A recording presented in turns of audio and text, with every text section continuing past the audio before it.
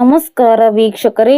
ಕರ್ನಾಟಕ ರಾಜ್ಯದ ಸಮಸ್ತ ತಾಯಂದಿರಿಗೆ, ಅಕ್ಕ ತಂಗಿಯರಿಗೆ, ಹಿರಿಯರಿಗೆ ಹಾಗೂ ಅನ್ನದಾತ ರೈತ ಬಾಂಧವ್ಯ ಹೊಂದಿರುವ ಎಲ್ಲ ಗ್ರಾಮೀಣ ಹಾಗೂ ನಗರ ಪ್ರದೇಶದ ಕುಟುಂಬಗಳಿಗೆ ಇವತ್ತು ಒಂದು ಅತ್ಯಂತ ಪ್ರಮುಖವಾದ, ಮಹತ್ವದ ಹಾಗೂ ಸಂತಸದ ಸುದ್ದಿಯನ್ನು ತೆಗೆದುಕೊಂಡು ಬಂದಿದ್ದೇನೆ. ಇಂದಿನ ಈ ವಿಶೇಷ ಮಾಹಿತಿಯಲ್ಲಿ ಸರ್ಕಾರದಿಂದ ಗೃಹಲಕ್ಷ್ಮಿ ಯೋಜನೆಯ ಫಲಾನುಭವಿಗಳಿಗೆ ಅತ್ಯಂತ ದೊಡ್ಡ ಮಟ್ಟದ ಅಧಿಕೃತ ಮಾಹಿತಿ ಹೊರಬಿದ್ದಿದೆ.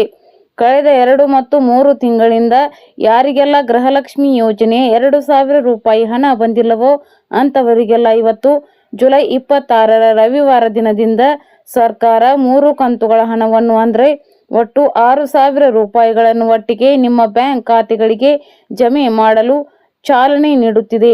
ಹೌದು, ರಾಜ್ಯ ಸರ್ಕಾರದ ಹಣಕಾಸು ಇಲಾಖೆ ಹಾಗೂ ಮಹಿಳಾ ಮತ್ತು ಮಕ್ಕಳ ಕಲ್ಯಾಣ ಇಲಾಖೆಯ ವತಿಯಿಂದ ಈ ಬಗ್ಗೆ ಅತ್ಯಂತ ಸ್ಪಷ್ಟವಾದ ಹಾಗೂ ಅಧಿಕೃತವಾದ ಆದೇಶ ಹೊರಬಿದ್ದಿದ್ದು, ರಾಜ್ಯದ ಒಟ್ಟು 25 ಜಿಲ್ಲೆಗಳ ಅರ್ಹ ಮಹಿಳೆಯರ ಬ್ಯಾಂಕ್ ಖಾತೆಗೆ ಈ ಹಣ ಇವತ್ತಿನಿಂದ ಹಂತವಾಗಿ ನೇರವಾಗಿ ಜಮೆಯಾಗಲಿದೆ.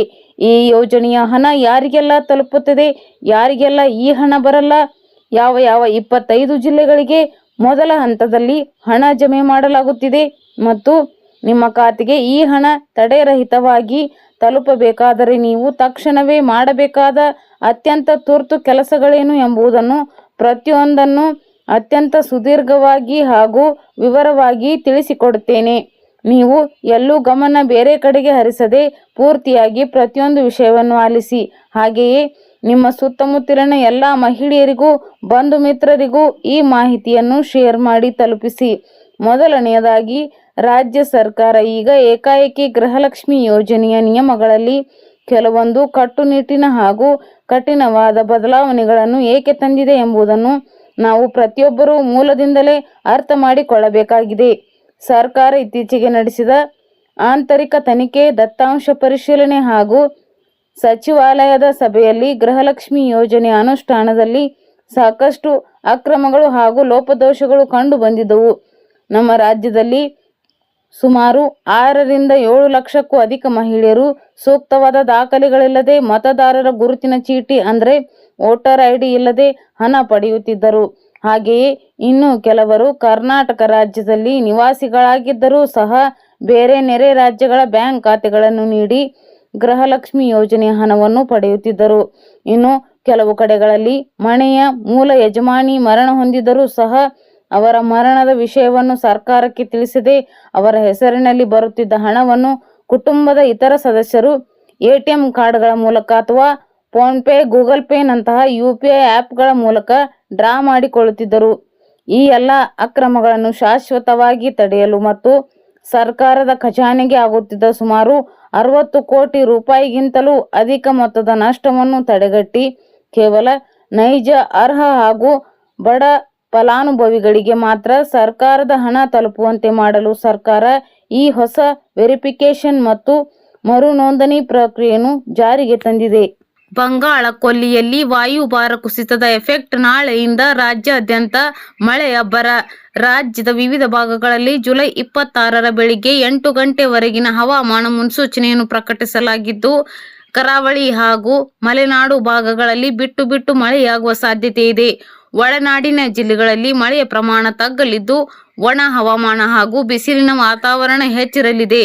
ಇದೇ ವೇಳೆ ಜುಲೈ 26ರಂದು ಪಶ್ಚಿಮ ಬಂಗಾಳದ ಕರಾವಳಿಯಲ್ಲಿ ಮತ್ತೊಂದು ವಾಯುಭಾರ ಕುಸಿತದಂತಹ ಸುಳಿ ತಿರುಗುವಿಕೆ ಉಂಟಾಗುವ ಲಕ್ಷಣಗಳಿದ್ದು, ಇದರ ಪರಿಣಾಮದಿಂದ ಮುಂದಿನ 2-3 ದಿನಗಳಲ್ಲಿ ರಾಜ್ಯದಲ್ಲಿ ಮಳೆ ಹೆಚ್ಚಾಗುವ ಸಾಧ್ಯತೆಗಳ ಬಗ್ಗೆ ಹವಾಮಾನ ಇಲಾಖೆ ನಿಗಾ ವಹಿಸಿದೆ. ಕರಾವಳಿ ಭಾಗದ ಮುನ್ಸೂಚನೆ. ಕಾಸರಗೋಡು, ದಕ್ಷಿಣ ಕನ್ನಡ ಹಾಗೂ ಉಡುಪಿ ಜಿಲ್ಲೆಗಳಲ್ಲಿ ಬೆಳಗಿನ ಜಾವ ಬಿಸಿಲು ಮತ್ತು ಮೋಡ ಮುಸುಕಿದ ವಾತಾವರಣವಿರಲಿದ್ದು, ಮಧ್ಯಾಹ್ನದ ನಂತರ ಅಲ್ಲಲ್ಲಿ ಒಂದೆರಡು ಕಡೆ ಗುಡುಗು ಸಹಿತ ಬಿಟ್ಟು ಮಳೆಯಾಗುವ ಮುನ್ಸೂಚನೆ ನೀಡಲಾಗಿದೆ. ಉತ್ತರ ಕನ್ನಡ ಜಿಲ್ಲೆಯಲ್ಲೂ ಅಲ್ಲಲ್ಲಿ ಚದುರಿದಂತೆ ಮಳೆಯಾಗಲಿದೆ. ಪ್ರಸ್ತುತ ಕರಾವಳಿ ಜಿಲ್ಲೆಗಳಲ್ಲಿ ಮಳೆಯ ತೀವ್ರತೆ ಕೊಂಚ ತಗ್ಗಿದೆ. ಮಲೆನಾಡು ಭಾಗದ ಮುನ್ಸೂಚನೆ. ಶಿವಮೊಗ್ಗ ಹಾಗೂ ಚಿಕ್ಕಮಗಳೂರು ಜಿಲ್ಲೆಗಳಲ್ಲಿ ಬಿಟ್ಟು ಸಾಧಾರಣ ಮಳೆಯಾಗುವ ನಿರೀಕ್ಷೆ ಇದೆ. ಕೊಡಗು ಮತ್ತು ಹಾಸನ ಜಿಲ್ಲೆಗಳಲ್ಲಿ ಭಾಗಶಃ ಮೋಡ ಕವಿದ ವಾತಾವರಣವಿದ್ದು, ಅಲ್ಲಲ್ಲಿ ತುಂತುರು ಮಳೆಯಾಗಬಹುದು. ಕರಾವಳಿಗೆ ಹೊಂದಿಕೊಂಡಿರುವ ಗಡಿ ಭಾಗಗಳಲ್ಲಿ ಮಳೆಯ ಪ್ರಮಾಣ ಕೊಂಚ ಹೆಚ್ಚಿರಲಿದೆ. ಉತ್ತರ ಒಳನಾಡಿನ ಬೆಳಗಾವಿ ಹಾಗೂ ಧಾರವಾಡ ಜಿಲ್ಲೆಗಳಲ್ಲಿ ಅಲ್ಲಲ್ಲಿ ಸಾಧಾರಣ ಮಳೆಯಾಗುವ ಸಾಧ್ಯತೆ ಇದೆ. ಉಳಿದ ಜಿಲ್ಲೆಗಳಲ್ಲಿ ಮುಖ್ಯವಾಗಿ ಬಿಸಿಲಿನ ವಾತಾವರಣವಿದ್ದು ಭಾಗಶಃ ಮೋಡ ಕವಿದ ವಾತಾವರಣ ಇರಲಿದೆ. ಈ ಭಾಗದಲ್ಲಿ ಮಳೆಯ ಪ್ರಮಾಣ ಗಮನಾರ್ಹವಾಗಿ ಕಡಿಮೆಯಾಗಲಿದೆ. ದಕ್ಷಿಣ ಒಳನಾಡು ಬೆಂಗಳೂರು ನಗರ, ಬೆಂಗಳೂರು ಗ್ರಾಮಾಂತರ, ರಾಮನಗರ, ಮೈಸೂರು ಹಾಗೂ ತುಮಕೂರು ಜಿಲ್ಲೆಗಳ ಕೆಲವೆಡೆ ಸಾಧಾರಣ ಮಳೆಯಾಗುವ ಸಾಧ್ಯತೆ ಇದೆ. ಇನ್ನುಳಿದ ಜಿಲ್ಲೆಗಳಲ್ಲಿ ಬಿಸಿಲು ಮತ್ತು ಮೋಡದ ವಾತಾವರಣ ಮುಂದುವರಿಯಲಿದೆ. ದಕ್ಷಿಣ ಒಳನಾಡಿನಲ್ಲಿ ಜೋರು ಮಳೆಯ ಮುನ್ಸೂಚನೆ ಇಲ್ಲ ಎಂದು ತಿಳಿಸಲಾಗಿದೆ. ಎಪಿಎಲ್, ಬಿಪಿಎಲ್ ಜೊತೆ ಈ ಕಾರ್ಡಿದ್ದವರಿಗೆ ಮಾತ್ರ 2,000 ಗೃಹಲಕ್ಷ್ಮಿ ಹಣ. ಹೊಸ ಅರ್ಜಿಗೆ ಇದು ಕಡ್ಡಾಯ. ಗೃಹಲಕ್ಷ್ಮಿ ಯೋಜನೆ ಪರಿಷ್ಕರಣೆ ಪ್ರಕ್ರಿಯೆ ನಡೆದಿದ್ದು ಪ್ರತಿಯೊಬ್ಬ ಫಲಾನುಭವಿಗಳಿಗೂ ಹೊಸ ಅರ್ಜಿ ಕಡ್ಡಾಯವಾಗಿದೆ. ಮುಖ್ಯಮಂತ್ರಿ ಡಿಕೆ ಶಿವಕುಮಾರ್ ಅವರು ಗೃಹಲಕ್ಷ್ಮಿ ಅರ್ಜಿ ಆಹ್ವಾನದ ಕುರಿತು ಬಿಗ್ ಅಪ್ಡೇಟ್ ನೀಡಿದ್ದಾರೆ. ಇನ್ನೆರಡು ದಿನಗಳಲ್ಲಿ ಗೃಹಲಕ್ಷ್ಮಿಗೆ ಹೊಸ ಅರ್ಜಿ ಸಲ್ಲಿಕೆ ಅವಕಾಶ ನೀಡುವುದಾಗಿ ಡಿಕೆ ಶಿವಕುಮಾರ್ ಹೇಳಿದ್ದು, ಈ ಬಾರಿ ಪ್ರತಿ ಮಹಿಳೆಗೂ ಈ ಕಾರ್ಡ್ ಕಡ್ಡಾಯ ಎಂದು ತಿಳಿಸಿದ್ದಾರೆ. ಗೃಹಲಕ್ಷ್ಮಿಗೆ ಈ ಕಾರ್ಡ್ ಕಡ್ಡಾಯ. ಆದಾಯ ತೆರಿಗೆದಾರರು, ನಿಧನರಾದವರು ನಕಲಿ ದಾಖಲೆಗಳನ್ನು ನೀಡಿ ಹಾಗೂ ಒಂದೇ ಕುಟುಂಬದಿಂದ ಒಂದಕ್ಕಿಂತ ಹೆಚ್ಚು ಅರ್ಜಿದಾರರು ಗೃಹಲಕ್ಷ್ಮಿ ಯೋಜನೆಯ ಲಾಭ ಪಡೆಯುತ್ತಿದ್ದಾರೆ ಎಂಬ ದೂರು ಬಂದಿದೆ. ಹೀಗಾಗಿ ಗೃಹಲಕ್ಷ್ಮಿ ಯೋಜನೆ ಪರಿಷ್ಕರಣೆ ಕಟ್ಟುನಿಟ್ಟಾಗಿ ನಡೆದಿದೆ. ಇದೀಗ ಗೃಹಲಕ್ಷ್ಮಿಗೆ ಮತದಾರರ ಗುರುತಿನ ಚೀಟಿಯನ್ನು ಸರ್ಕಾರ ಕಡ್ಡಾಯಗೊಳಿಸಿದೆ. ವೋಟು ಹಾಕಲು ಅರ್ಹರಾದವರಿಗೆ ಮಾತ್ರ ಗೃಹಲಕ್ಷ್ಮಿ ಹಣ ತಲುಪಲಿದೆ. ಮತದಾರರ ಗುರುತಿನ ಚೀಟಿ ಇದ್ರೆ ಮಾತ್ರ ಅರ್ಜಿ ಹಾಕಿ. ಮತದಾರರ ಪಟ್ಟಿಯಲ್ಲಿ ಯಾರ ಹೆಸರು ರದ್ದಾಗುತ್ತೆ ಅವರೆಲ್ಲ ಗೃಹಲಕ್ಷ್ಮಿ ಯೋಜನೆಯಿಂದಲೂ ಅನರ್ಹಗೊಳ್ಳಲಿದ್ದಾರೆ.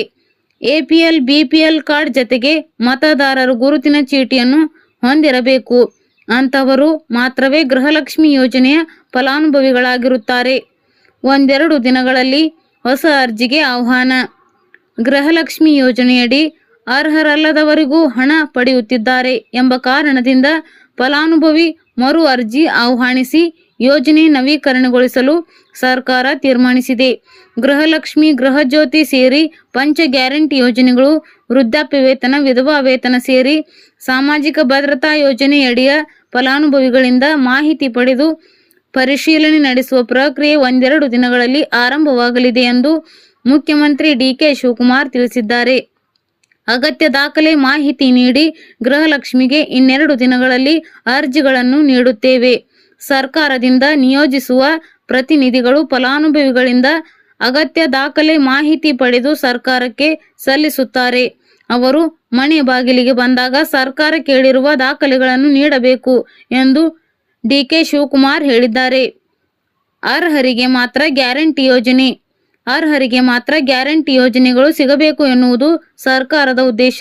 ಸರ್ಕಾರಿ ನೌಕರರು, ತೆರಿಗೆ ಪಾವತಿಸುವವರು ಇವುಗಳ ಸೌಲಭ್ಯ ಪಡೆಯುತ್ತಿದ್ದಾರೆ ಎನ್ನುವ ಮಾಹಿತಿ ಇದೆ. ಮೃತಪಟ್ಟವರ ಖಾತೆಗಳಿಗೂ ಗೃಹಲಕ್ಷ್ಮಿ ಹಣ, ವಸತಿಗೆ ಗೃಹಲಕ್ಷ್ಮಿ ಸಂಪರ್ಕ ಪಡೆದು ವಾಣಿಜ್ಯ ಉದ್ದೇಶಕ್ಕೆ ಬಳಸುತ್ತಿರುವ ಪ್ರಕರಣ ವರದಿಯಾಗಿವೆ ಎಂದಿದ್ದಾರೆ.